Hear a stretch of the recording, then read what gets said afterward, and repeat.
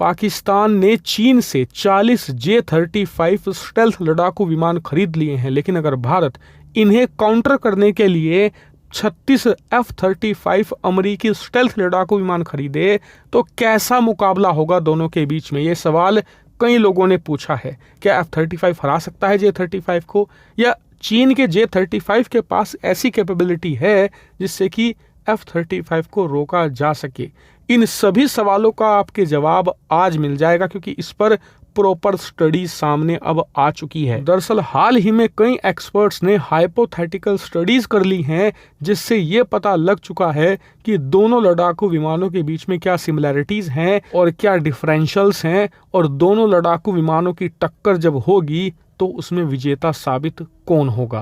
दरअसल इन दोनों लड़ाकू विमानों के बीच में एक चीज कॉमन पाई गई है कि पाकिस्तान अगर J-35 के जरिए F-35 को रोकने की कोशिश भी करना चाहता है ना, तो उसे F-35 के बहुत ही ज्यादा करीब आना पड़ेगा, तब जाकर कोई चांस बनता है। इसको लेकर एक्सपर्ट बताते हैं कि F-35 का जो हेलमेट है ना, वो BVR जो फाइट होती है लड़ाकू विमानों की, यानी कि बियॉन्ड विजुअल रेंज, एक लड़ाकू विमान इतनी दूर है कि आप पायलट हो और आप उसे अपनी आंखों से नहीं देख सकते, तब भी आप उसे मारकर गिरा सकते हो, क्योंकि F-35 का हेलमेट बहुत ही ज़्यादा सुपीरियर है। यहाँ तक कि दुनिया में कोई भी ऐसा हेलमेट नहीं है लड़ाकू विमान का जो इसका 1% भी हो। जी हाँ, इस लेवल की टेक्निकलिटी है F-35 के हेलमेट में। आप स्क्रीन पर देख भी सकते हैं ये कितना ज्यादा टेक्नोलॉजी के साथ आता है। एक पायलट को ये लड़ाकू विमान पर इतनी जबरदस्त पकड़ और कमांड देता है कि पायलट की आंखों के इशारों से पूरा का पूरा लड़ाकू विमान चलने लगता है, और इसी शानदार रिफ्लेक्स की वजह से F-35 की BVR कैपेबिलिटी तो शानदार है ही, लेकिन क्लोज रेंज में लड़ाई करने की क्षमता भी बहुत ही ज़्यादा इन्हांस हो जाती है। जबकि J-35 का जो हेलमेट है वो एक साधारण सा है, जो कि नॉर्मल लड़ाकू विमानों के साथ भी आता है। लेकिन एक डिपार्टमेंट जहां पर चीन का J-35 सबसे ज़्यादा मार खा रहा है वो है मिसाइल का डिपार्टमेंट। इन्होंने सारी की सारी मेहनत करी है लड़ाकू विमान बनाने में, लेकिन ये भूल गए कि लड़ाकू विमान में मिसाइलें भी लगती हैं। असल काम मिसाइलों का होता है, मिसाइलों से ही तो सारा खेल है। लेकिन इन्होंने नए लड़ाकू विमानों के अंदर पुरानी P सीरीज की मिसाइलें लगा दी हैं, जिनकी जो क्लेम रेंज है चीन कहता है 150 किलोमीटर की, लेकिन एक्चुअल में वो P सीरीज की मिसाइलें 75 से 80 किलोमीटर की रेंज निकालती हैं। इसके जवाब में अमेरिका के F-35 के अंदर एक तो नई मिसाइलें आती हैं, सारी की सारी AMRAAM हैं, और वो भी अलग अलग वेरिएंट है, जैसे कि AMRAAM A, B और D। लेकिन जो इसमें D वाली है वो सबसे अच्छी है, उसकी रेंज 180 किलोमीटर से भी ज़्यादा है। इतना ही नहीं, उनकी स्पीड बहुत तेज़ है। दूसरा, उनकी एक्यूरेसी बहुत शानदार है। आप सोचिए 180 किलोमीटर बहुत ज़्यादा दूरी होती है। आप सोचिए एक आपके आस पड़ोस में कोई शहर होगा जो आपसे 180 किलोमीटर दूर हो, आपको पहुंचने में कितना वक्त लगता है?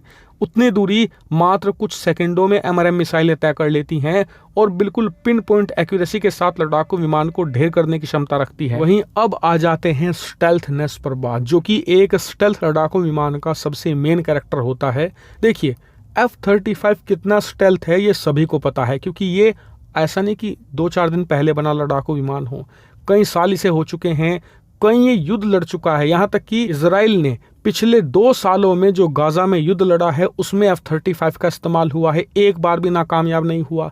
ईरान के अंदर घुस कर जो राजधानी तेहरान है वहां पर सर्जिकल स्ट्राइक करके वापस आ गया, अगलों को पता नहीं चला। ईरान के जितने भी डिफेंस सिस्टम थे, चाहे वो S-300 ही क्यों ना हो, जो कि S-400 का छोटा भाई है, सारे के सारे नष्ट कर डाले इजराइल ने F-35 के जरिए। तो इसकी स्टेल्थ कितनी है सबको पता है, लेकिन चीन के J-35 कितना स्टेल्थ है ये किसी को नहीं पता, क्योंकि चीन ने आज तक कोई डाटा दिया ही नहीं है। और अपनी चीज़ वो छुपाता है जो चोर होता है, जिसके मन में डर हो, जिसके पास असल कैपेबिलिटी है, वो खुलेआम मैदान में उतर कर दिखाता है कि जी मेरे पास ये चीज़ है, ये इतना दम रखती है। इसीलिए चीन के हथियार ही नहीं है, हर प्रोडक्ट पर लोगों को कितना शक है ये भी आप जानते हैं। यानी कि देखा जाए तो हर एक डिपार्टमेंट में फिलहाल तो F-35 काफ़ी आगे है। और जो एक्सपर्ट का डाटा है वो बताता है कि 40 पाकिस्तानी J-35 को चित करने के लिए मुश्किल से 6 से लेकर 7 F-35 लगेंगे। और अगर भारत F-35 के साथ राफेल का कॉम्बिनेशन बिठा देता है और फिर सुखोई भी ऐड करता है तो फिर तो भारत को 1-2 F-35 ही काफ़ी होगा। बाकी का काम जो बचे हुए भारत के राफेल हैं, सुखोई हैं, ये संभाल लेंगे। यानी कि देखा जाए तो F-35 भारत के पास आता है तो हमारी ताकत बढ़ेगी बहुत ज़्यादा। लिटरली हम पूरे एशिया को डोमिनेट करने की क्षमता रखेंगे, सिर्फ F-35 की वजह से नहीं, F-35 के साथ राफेल और सुखोई 30 का कॉम्बिनेशन बिठाने की वजह से। हालांकि इस पूरे एनालिसिस पर और एक्सपर्ट ओपिनियन पर आपका क्या मानना है कमेंट करके जेन्युइन तरीके से बताइएगा खुलकर। फिलहाल इस वीडियो में इतना ही। Thank you very much for watching video.